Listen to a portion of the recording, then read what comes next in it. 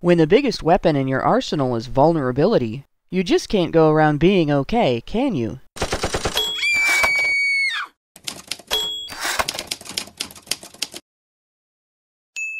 HBR Talk with Hannah Wallen.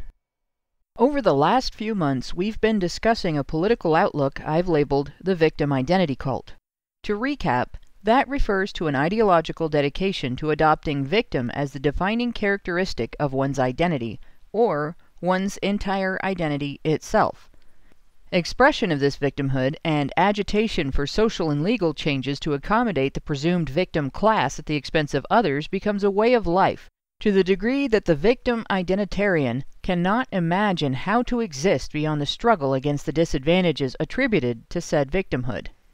The growth of this cult has put its subscribers into a bit of a conundrum. How does one maintain a victim identity when one is not, in fact, a victim? Answer: you make stuff up. A factitious disorder, as explained by the Cleveland Clinic's website, is a mental disorder in which a person deliberately creates or exaggerates symptoms of an illness out of a need to be seen as ill or injured.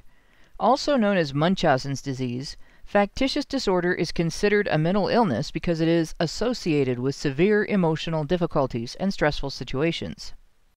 What if the emotional difficulty or stress is caused by cognitive dissonance between one's victim identity and recognition of how one's everyday life experience contradicts it? One of the most troubling characteristics the victim identity cult has developed is a tendency to fetishize psychological damage.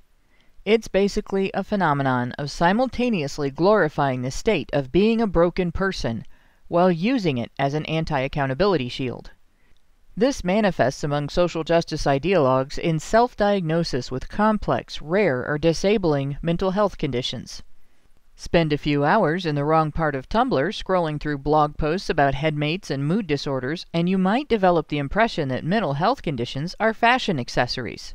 Talk politics with certain Twitter trolls, and you could almost be convinced that there's no difference between the normal effects of everyday stressors and war-related trauma. There most certainly is, of course. Does that mean that milder experiences of stress do not matter? That they are no cause for concern? Of course not. But neither are they comparable, nor should they be considered crippling simply because they cause anxiety.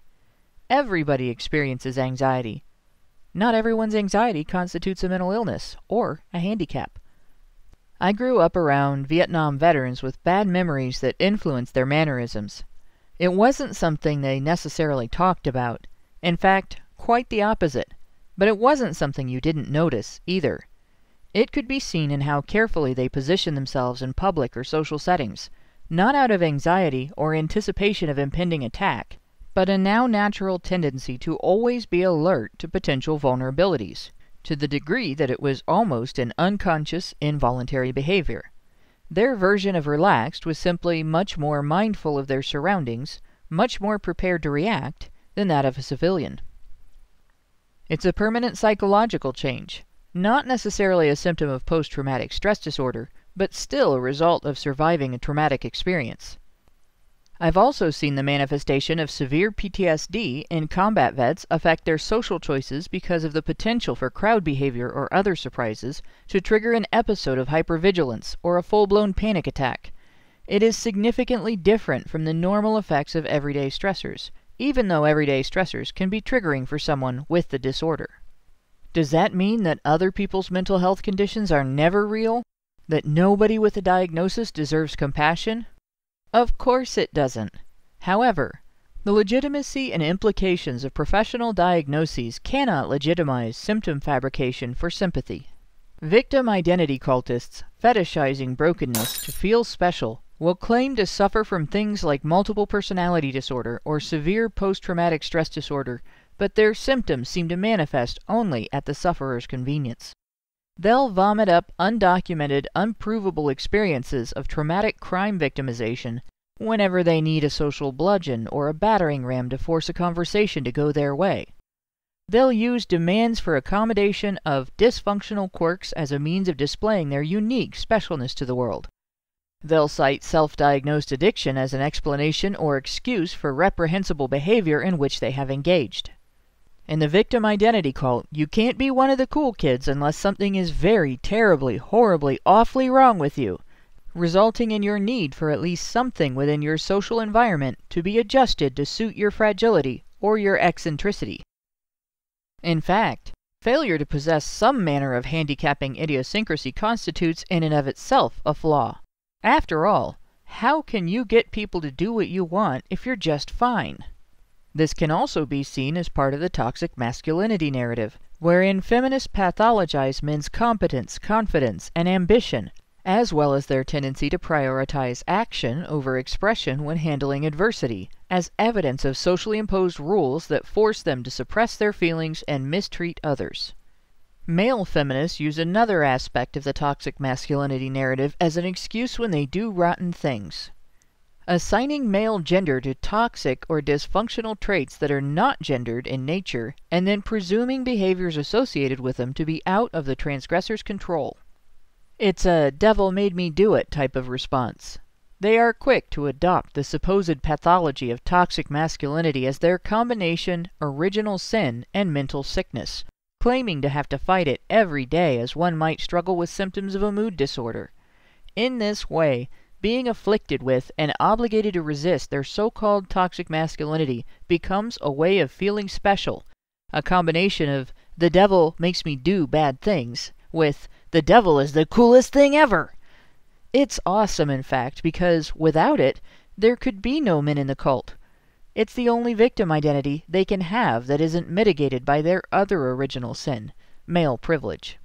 That narrative allows the cultist to simultaneously look and feel special as a resistor of his own original sin, yet superior in his condemnation of other men for being similarly afflicted. It can be used by feminist women as a kind of social equivalent to a choke chain with which they can yank a man into compliance with the expectations feminist ideology lays out for him. The cult's exploitation of brokenness as a prop to maintain the victim identity and control the dialogue makes them ill-equipped to handle debate with rational people who demonstrate and value resilience and reject fragility. Such people cannot be manipulated via the tools of the victim identity toolbox. Hardy individuals cannot be intimidated into following the ideology of the cult because they know the claims used as supporting evidence for the victim identity are not true. They reject fear-mongering diatribes on why they should adopt it as their own, and respond with arguments against it in a language that is alien to its proponents, that of logic, reason, self-reliance, and personal accountability. It can be fascinating to watch such conversations because broken victim identitarians do not know what to do with this. Their formula is signal maladjustment, receive coddling, exploit. If no coddling is forthcoming, they have no other next step. They often take to that like Smeagol to a length of elven rope. One might even say that it drives them crazy.